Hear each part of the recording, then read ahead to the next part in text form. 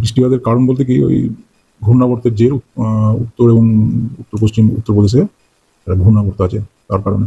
দক্ষিণবঙ্গের মুর্শিদাবাদ আর বীরভূম দু এক জায়গায় হালকা বৃষ্টিপাতের সম্ভাবনা আছে। উত্তরবঙ্গের মালদাতে দু এক জায়গায় হালকা বৃষ্টিপাতের সম্ভাবনা আছে, সঙ্গে মাঝারি কুয়াশা থাকবে। দার্জিলিংয়ে আপনার ওই তুষারপাতের হালকা সম্ভাবনা আছে, তার সঙ্গে বৃষ্টিপাতেরও সম্ভাবনা আছে। বাকি জেলাগুলোয় প্রধানত শুষ্ক আবহাওয়াই থাকবে।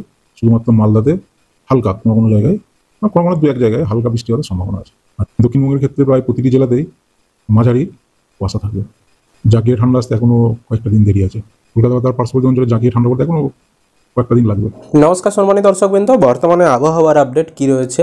তো মূলত কিন্তু এখন মানে যে ঠান্ডাটা জাঁকিয়ে পড়েছিল সেটা এখন বর্তমানে নেই এবং এটা এখন কন্টিনিউ করবে 10 তারিখ 9 তারিখ 10 তারিখ পর্যন্ত। তারপর থেকে কিন্তু আবারও একটা শীতের স্পেল আসতে চলেছে এবং জাঁকিয়ে শীত পড়ার একটা সম্ভাবনা রয়েছে। অনেক জায়গায় কিন্তু শৈত্যপ্রবাহেরও সম্ভাবনা রয়েছে।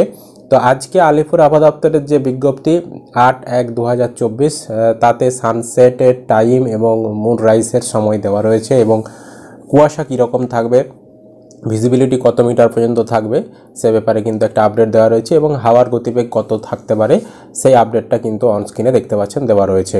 এবং বৃষ্টিপাতের পূর্বাভাস যদি আমরা দেখি 7/1/2024 থেকে 13/1/2024 তারিখ পর্যন্ত বৃষ্টিপাতের সেরকম কোনো কিন্তু পূর্বাভাস নেই। এখানে হোয়াইট ড্রাই নো রেন লেখা রয়েছে।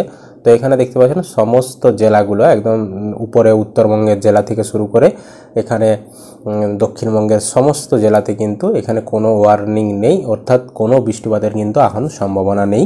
তবে আবহাওয়াবিদ যেখানে বললো যে হালকা একটা বৃষ্টি হবে, সেখানে খুবই হালকা রেন, মানে সেটা এরকম মানচিত্রেও দেখাচ্ছে না, এমনই কম বৃষ্টি হবে, একদম ছিটে ফোটা বৃষ্টি। তা আবার কিছু এলাকায় হবে, কিছু এলাকায় হবে না, মানে বৃষ্টিপাতের চান্সই নেই ধরতে পারেন। কোনো বৃষ্টিতে সেরকম চান্স একদমই নেই। সকালের দিকে কুয়াশা হবে এবং গরম অনুভব যেরকম হচ্ছে রাতের দিকে সেরকমটা থাকবে। আর এই যে গরম সেটা কিন্তু 9 তারিখ 10 তারিখ পর্যন্ত থাকবে। তারপর থেকে কিন্তু শীতের যে দ্বিতীয় স্পেল মানে জাঁকিয়ে শীত সেটা কিন্তু পড়া শুরু করবে এবং বলা হয়েছে যে অনেক অনেক জায়গায় কিন্তু 10 ডিগ্রির নিচেও তাপমাত্রা নামার একটা সম্ভাবনা রয়েছে। মানে শৈত্যপ্রবাহেরও কিন্তু সতর্কতা কিছু কিছু জায়গায় দেওয়ার সম্ভাবনা রয়েছে। তো পরবর্তী সময়ে আবহাওয়ার আপডেট কি বলে এবং বৃষ্টির কোনো সম্ভাবনা থাকে কিনা সেই আপডেট আমরা পরবর্তী সময়ে জানাবো। তো আপনাদের ওখানে আবহাওয়া কেমন, কোন জেলা থেকে ভিডিওটি দেখছেন অবশ্যই কমেন্টে জানাবেন। ভিডিও ভালো লাগলে লাইক করবেন, ইউটিউব থেকে দেখলে চ্যানেলটা সাবস্ক্রাইব, আর যারা ফেসবুক থেকে দেখছেন পেজটি ফলো করতে ভুলবেন না।